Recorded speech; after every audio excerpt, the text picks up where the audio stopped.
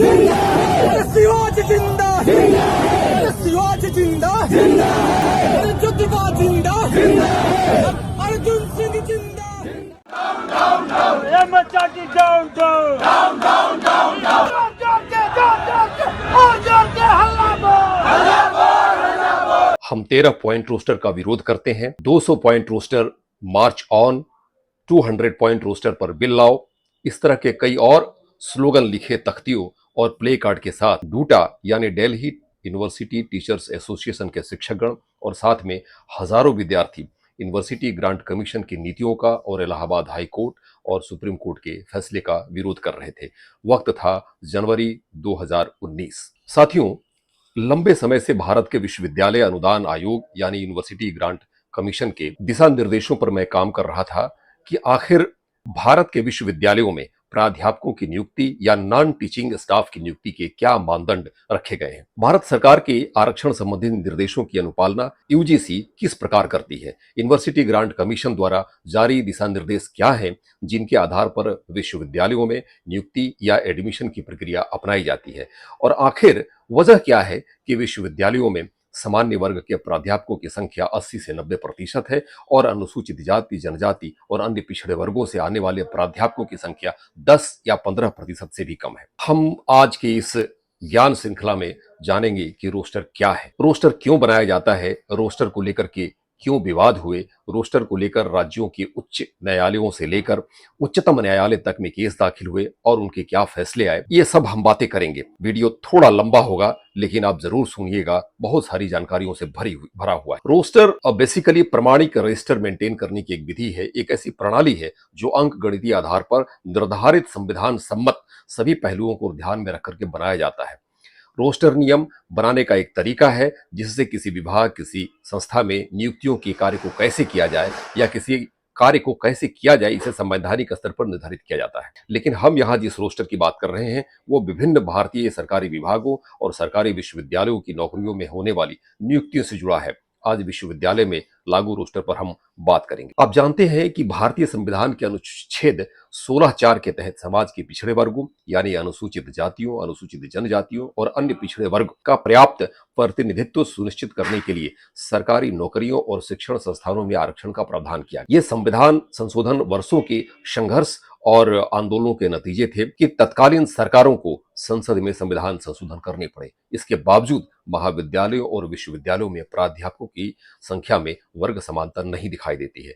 आप यह जानकर हैरान हो जाएंगे कि विश्वविद्यालयों में प्राध्यापकों की नियुक्ति को लेकर बहुत पहले से ही यूनिवर्सिटी को एक यूनिट मानने की जगह विभाग या विषय को यूनिट माने जाने को लेकर कई कोर्ट केसेस हुए और कई राज्य के माननीय उच्च न्यायालयों में ने विभाग अथवा विषय को ही एक यूनिट मानते हुए प्राध्यापकों और नॉन टीचिंग स्टाफ की नियुक्ति करने का फैसला सुनाया।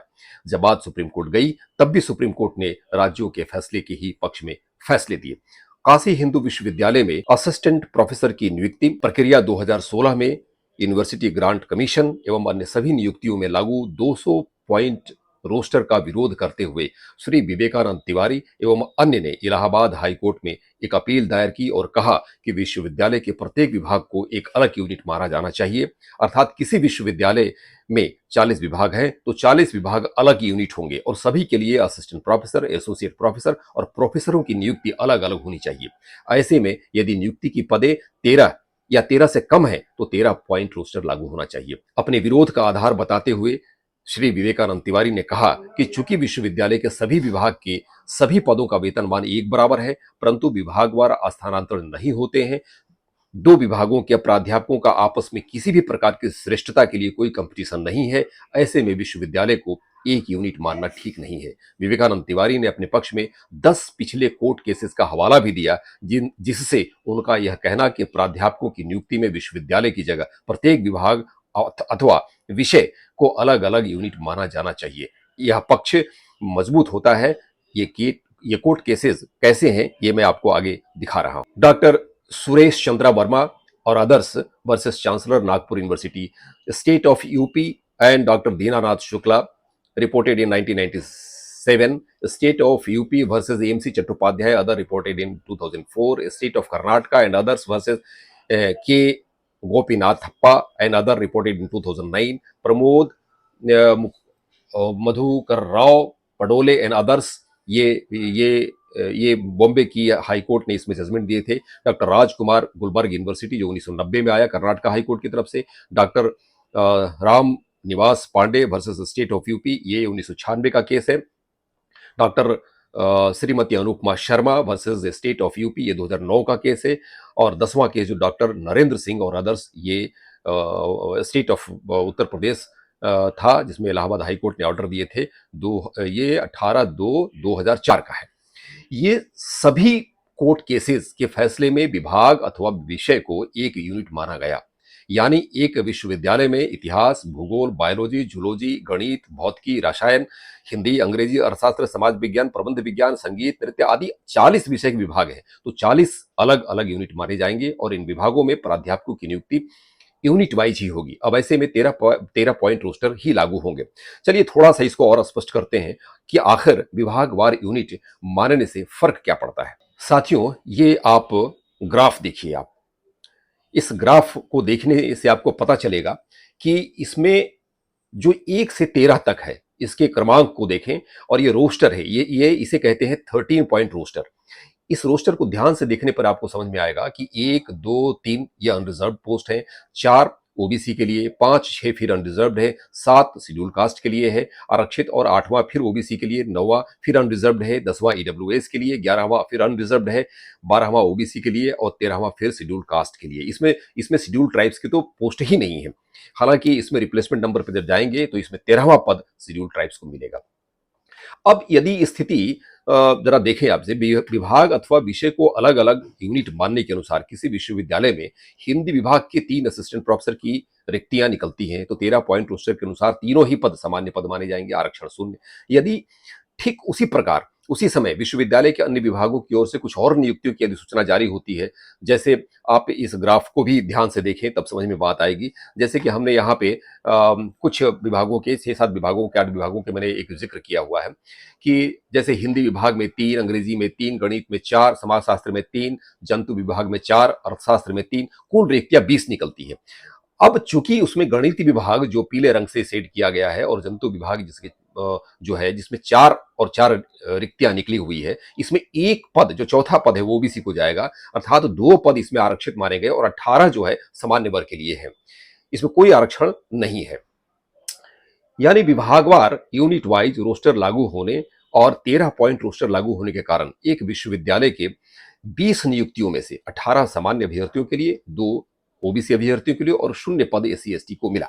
यह एक ऐसी प्रणाली थी और न्यायालयों का ऐसा आदेश था कि पिछड़े और दलित वर्गों के अभ्यर्थियों के लिए विश्वविद्यालयों के दरवाजे हमेशा के लिए बंद होने वाले थे। परिणामतः दलितों, आदिवासियों और अन्य पिछड़े वर्गों के लाखों लोगों ने विशाल विरोध प्रदर्शन कर सरकार को आगाह किया कि यह उनके हितों के खिलाफ है और सरकार का हस्तक्षेप होना आवश्यक है। सरकार ने भी इसके बारे में सकारात्मक सोचा और उच्चतम न्यायालय के आदेश को निष्प्रभावी करने के लिए संवैधानिक कदम उठाए। आप देख सकते हैं स्क्रीन पर, ये तमिलनाडु के सेंट्रल यूनिवर्सिटी का एक एडवर्टीजमेंट है जिसमें असिस्टेंट प्रोफेसर, एसोसिएट प्रोफेसर और प्रोफेसर्स की वैकेंसी निकली हुई है। इसमें थोड़े कंपैरिजन किए गए हैं। ये दो एडवर्टीजमेंट्स हैं, 22 दिसंबर 2017 के और 11 अप्रैल 2018 के। इन दोनों के डिफरेंसेस को आप देखिए। इस 2017 में जो टोटल 66 पोस्ट की 66 पोस्ट की वैकेंसी निकाली गई थी और 2018 में 65 पोस्ट की वैकेंसी निकाली गई थी। आप देखें कि 2017 में इस 66 में से 28 यानी 42% रिजर्वेशन के आधार पर सीटें दूसरे वर्गों को भी मिली थी, लेकिन 2018 का जब आप देखेंगे तो इसमें केवल 4 सीटें अर्थात 65 में से केवल 4 सीटें 6% सीट ही किसी दूसरे वर्ग को मिल पाया है। ये 13 पॉइंट रोस्टर और ये कोर्ट के फैसले का परिणाम था। एक और भी उदाहरण मैं यहाँ आपको दे रहा हूँ। The Indira Gandhi national tribal university ने 8 अप्रैल 2018 को फैकल्टी पोजीशन के लिए एक एडवर्टीजमेंट किया था जिसमें 52 पोस्ट की नियुक्तियां निकाली गई। इस 52 पोस्ट की नियुक्तियों में 51 पोस्ट वेयर अनरिजर्व्ड। केवल एक सीट जो था वह ओबीसी को मिला था, जबकि आप ध्यान रखें कि यह एक ट्राइबल यूनिवर्सिटी है। और आप जरा सा थोड़ा सा पीछे लेकर जाए, 27 अक्टूबर 2017 को इसी विश्वविद्यालय ने, इसी ट्राइबल यूनिवर्सिटी ने, जब इस कंट्रोवर्सी से थोड़ा सा पहले जब एडवर्टीजमेंट निकाला था और उसमें केवल 37 पोस्ट के लिए एडवर्टीजमेंट किया गया था, उस 37 में से 22 अनरिजर्व थे, जबकि 15 रिजर्व थे। तो इस विभागवार जो बनाया जा रहा था और जिसके लिए इलाहाबाद हाई कोर्ट ने जजमेंट उसके फेवर में दिए थे, सुप्रीम कोर्ट ने उसके जजमेंट फेवर में दिए थे, उसका असर आप देखिए कि क्या होता था, जिसके बाद यूजीसी ने जो गाइडलाइंस इशू की थी। बहरहाल विवेकानंद तिवारी एवं अन्य की अपील की सुनवाई करते हुए 7 अप्रैल 2017 को, जिसकी अपील उन्होंने इलाहाबाद हाई कोर्ट में की थी, इलाहाबाद उच्च न्यायालय ने वादी के पक्ष में फैसला सुनाया और कहा कि विश्वविद्यालय के प्रत्येक विभाग विषय अलग अलग यूनिट होंगे एवं विभाग अथवा विषयवार नियुक्तियों में रोस्टर लागू किए जाएंगे। इस आदेश आने के बाद यूनिवर्सिटी ग्रांट कमीशन ने 5 मार्च 2018 को आदेश जारी किया, जो इस प्रकार है।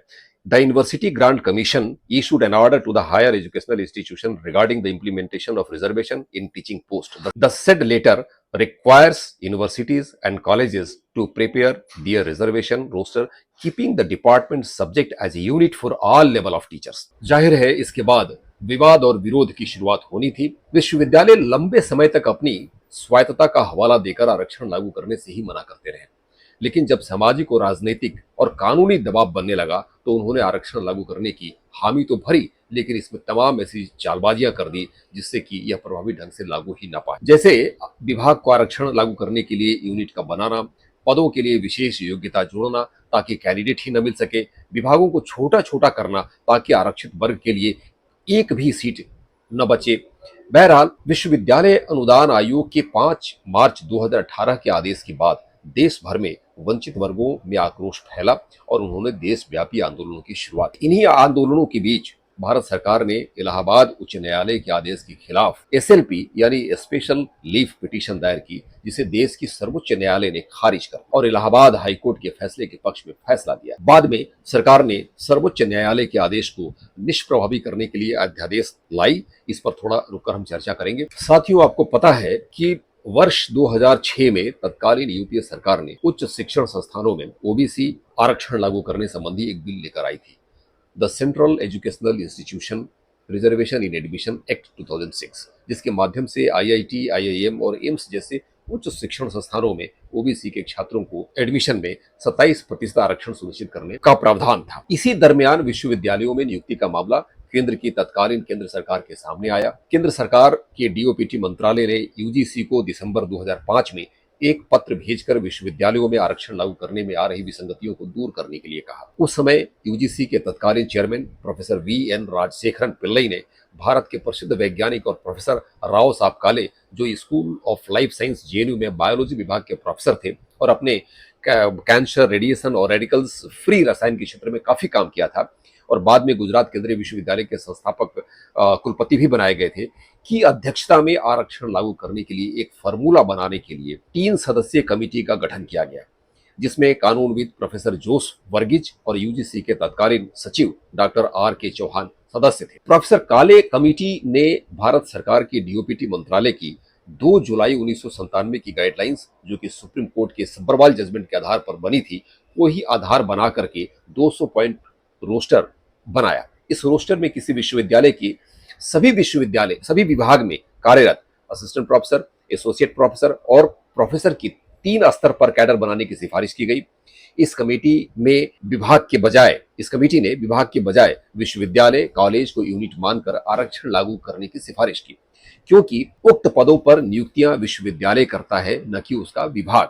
अलग अलग विभागों में नियुक्त प्रोफेसरों की सैलरी और सेवा शर्तें भी एक ही होती है, इसलिए भी कमेटी ने उनको एक कैडर मानने की सिफारिश की। प्रोफेसर काले कमेटी द्वारा बनाए गए इस रोस्टर ने विश्वविद्यालयों द्वारा निकाली जा रही नियुक्तियों में आरक्षित वर्ग की सीटों को भरे जाने में की जाने वाली अनियमितताओं पर विराम लग रहा था। लिहाजा बड़े विश्वविद्यालय इस रोस्टर के खिलाफ खड़े हो गए। इसका कारण था कि ज्यादातर विश्वविद्यालयों में आरक्षण सिर्फ कागज पर ही लागू थे, इसीलिए इस रोस्टर के आने के बाद वो फंस गए। ऐसे में देश के बड़े केंद्रीय विश्वविद्यालयों ने इस रोस्टर को विश्वविद्यालय स्तर पर लागू करने का विरोध किया। साथियों, क्या यह जानना हमें आवश्यक नहीं है कि इसके पीछे कारण क्या है? समाज के एससी, एसटी और ओबीसी वर्ग या अल्पसंख्यक जिनके छात्र अथक परिश्रम करके शोध कार्य कर रहे हैं, नेट और जीआरएफ करने वाले ये छात्र, डीलिट, पीएचडी और पोस्ट डॉक्टरेट करने वाले छात्र आखिर किन कमियों के कारण विश्वविद्यालयों की चौखट के अंदर बतौर प्राध्यापक प्रवेश नहीं कर पाते हैं? आज भी यह संख्या 10 या 15% के बीच में है। बहरहाल कि भारतीय संसद ने मंगलवार 5 मार्च 2019 को भारत के मानव संसाधन विभाग मंत्रालय के कैबिनेट मिनिस्टर श्री प्रकाश जावड़ेकर ने कहा, all necessary legal means will be taken and the university community will get justice, promising a reversal to the old 200 point system. Reservation should be given considering a university as one whole unit and not in a department wise manner. Bharat सरकार के इस ऐलान से काफी राहत मिली। राज्यसभा में भी विपक्ष के सांसदों के हंगामे के बीच ही मानव संसाधन मंत्री श्री प्रकाश जावड़ेकर ने यह भी कहा कि मामले के हल तक विश्वविद्यालयों में कोई भी नियुक्ति नहीं की जाएगी। लेकिन देखना यह था कि सरकार अध्यादेश कब लाती है और सुप्रीम कोर्ट के फैसले को किस प्रकार पलटती है। खैर, भारत सरकार के लंबे समय से आंदोलन कर रहे छात्रों को फिर एक बड़ी राहत आई और 7 मार्च 2019 को भारत सरकार एक अध्यादेश लेकर के आई। आप देख सकते हैं, न्यूज क्लिक की एक रिपोर्टिंग है, cabinet brings ordinance to restore 200 point roster. The Print का भी एक है कि cabinet approves ordinance to junk controversial quota rule for university faculty hiring. साथियों, एक वाक्य का जिक्र और मैं यहां कर रहा हूं, फिर हम बात को आगे बढ़ाएंगे। 13 और 14 दिसंबर 2006 को सब committee of the standing committee on SC and ST ने एक मीटिंग UGC के दफ्तर में की और विश्वविद्यालयों में टीचिंग और नॉन टीचिंग पोस्ट की नियुक्तियों में रिजर्वेशन पॉलिसी के इम्प्लीमेंटेशन विषय पर गंभीर चर्चाएं हुई। सब कमिटी ने यह पाया कि अधिकांश विश्वविद्यालयों में विभागवार अर्थात विषयवार रोस्टर बनाए गए हैं, जबकि यूनिवर्सिटी ग्रांट कमीशन के दिशा निर्देशों के अंतर्गत कैडर वाइज बनाना चाहिए था। तब सब कमिटी ने सलाह दी कि विश्वविद्यालयों को निर्देश दिए जाएं कि UGC के दिशा निर्देशों के अनुसार रिवाइज रोस्टर का निर्माण किया जाए। सब committee of the standing committee on SC ST ने जो बड़े निर्णय लिए थे वो इस प्रकार है। नंबर पहला, roster register shall not be maintained in each discipline or department wise for post of any cadre. दूसरा है, non teaching post of group A, B, C and D shall be filled in separately in 100 point roster. तीसरा था, the backlogs of scheduled caste, scheduled tribes vacancies for teaching and non-teaching staffs should be filled up before filing any general vacancy and those on ad hoc basis. UGC is requested to inform all the colleges of your university according for filling up of the vacancies of SC ST immediately. साथियों, आज के episode में बस इतना ही। आने वाले दिनों में हम RK Sabharwal versus state of Punjab 1995 के केस पे थोड़ा चर्चा करेंगे। इसके अलावा हम M Nagaraj versus union of India 2006, जिसमें सुप्रीम कोर्ट के फैसले जो आए थे, जो प्रोन्नति में आरक्षण से संबंधित है, इस पर भी हम चर्चा करेंगे। हमारी कोशिश है कि कुछ महत्वपूर्ण चीजें आप सबके सामने रखें। धन्यवाद। हमारे चैनल को सब्सक्राइब जरूर कर लें। आभार, बहुत बहुत आभार।